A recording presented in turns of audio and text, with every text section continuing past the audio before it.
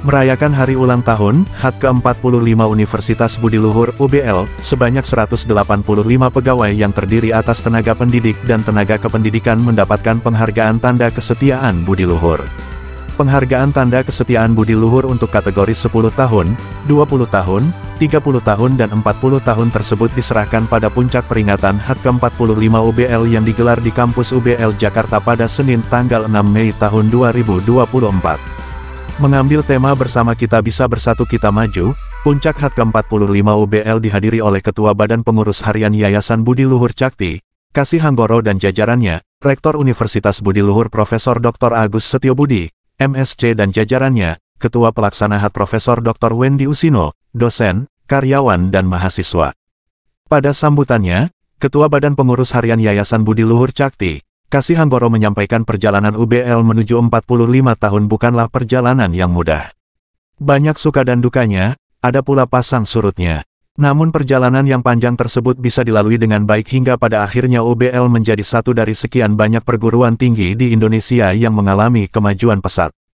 Ia menyampaikan rasa harunya terhadap beberapa karyawan yang memilih bertahan dalam loyalitas terhadap Budi Luhur. Di antara mereka ada yang bergabung dengan UBL sejak perguruan tinggi ini berdiri hingga sekarang. Ada 5 pegawai yang bertahan sampai 40 tahun lebih di UBL yang mendapatkan penghargaan.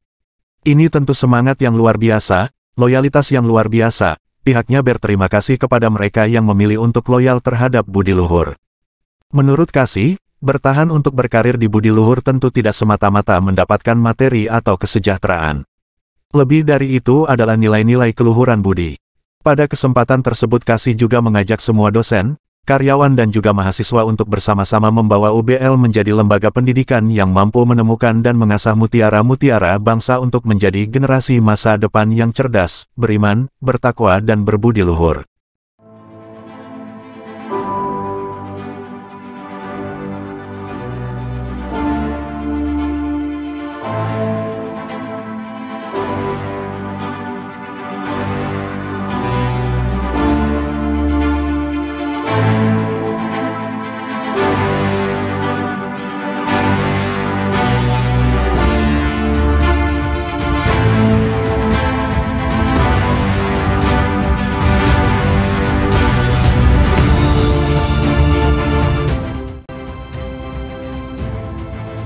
Pada kesempatan yang sama, Rektor Universitas Budi Luhur Profesor Dr. Agus Setiobudi, MSc, menyampaikan bahwa UBL dibangun oleh mereka yang memiliki keluhuran budi.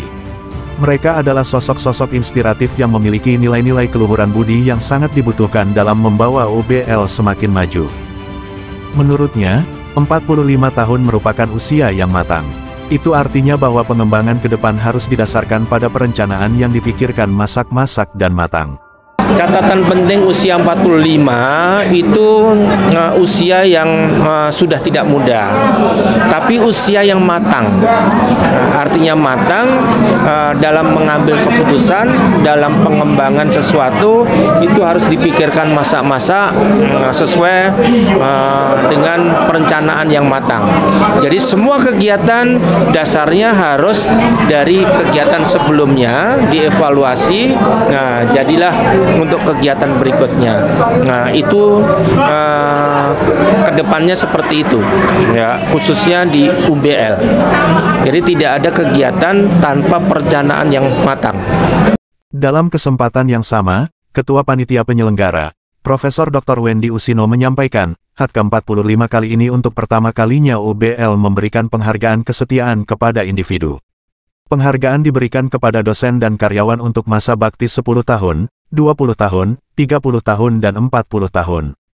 Terkait perayaan HUT ke-45 UBL, pihaknya telah menyiapkan sejumlah kegiatan mulai dari pemberian penghargaan, makan bersama, pembagian door prize hingga panggung hiburan sendra tari. Ia berharap ke depan semakin banyak prestasi dan kontribusi Budi Luhur kepada masyarakat dan juga Indonesia. Termasuk prodi-prodi akan semakin banyak yang mendapatkan akreditasi unggul. Pertama-tama sebagai alumni dan juga dosen, dan tentunya saya sangat bangga, berbahagia bahwa kampus Budi Luhur sudah mencapai usia ke-45, di mana dalam hal ini dari awal saya masuk tahun 82 sebagai mahasiswa sampai terakhir saya menjabat sebagai rektor, banyak sekali pengalaman,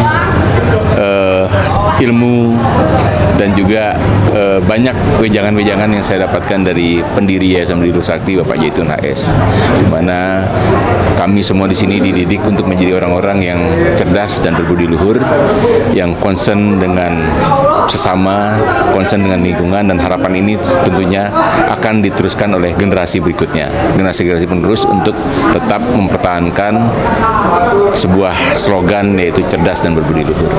Mudah-mudahan tahun-tahun berikutnya makin banyak prestasi, kontribusi yang diberikan oleh budi luhur kepada masyarakat, khususnya Indonesia. 44 kan kita membagikan penghargaan itu secara paralel bersama-sama. Pada saat 45 kita berikan satu persatu personal, wujud bahwa kita menghargai setiap pengabdian dari karyawan-karyawan dan dosen, baik 10 tahun, 20 tahun, 30 tahun, dan 40 tahun. Perbedaan kedua adalah kali pertama penghargaan diberikan kepada karyawan dan dosen yang mengabdi selama 40 tahun di Budi Luhur. Sebuah masa yang cukup panjang, 40 tahun itu separuh, bukan separuh, 2/3 hidupnya diabdikan di kampus Budi Luhur. Sementara itu Suryanto, salah seorang penerima penghargaan untuk kategori 40 tahun, menyampaikan rasa harunya mendapatkan apresiasi dari Yayasan Budi Luhur Sakti. Ia yang berkarir di Budi Luhur sejak 43 tahun lalu mengaku sangat bangga bahwa UBL yang bermula dari Akademi Ilmu Komputer, saat ini sudah berdiri megah menjadi sebuah universitas dengan berbagai prestasi dan keunggulan. Sebenarnya dulu cuma satu-satunya Akademi Ilmu Komputer, hanya satu-satunya. Jadi setelah itu saya sempat ngajar selama 16 tahun, kemudian saya masuk struktural sampai sekarang. Gitu. Jabatannya hampir semua jabatan sudah pernah saya pegang lah gitu. Yang tertinggi saya sebagai ketua sekolah tinggi bidang keuangan dulu. Budi Luhur ini kan rumah kedua saya, ya artinya ya tetap akan bertahan selama saya masih dibutuhkan. Tapi ada regenerasi dari saya, istri saya sekarang yang ngajar di sini, ya. Dan saya masuk struktural itu kira-kira ya 20 tahun yang lalu lah.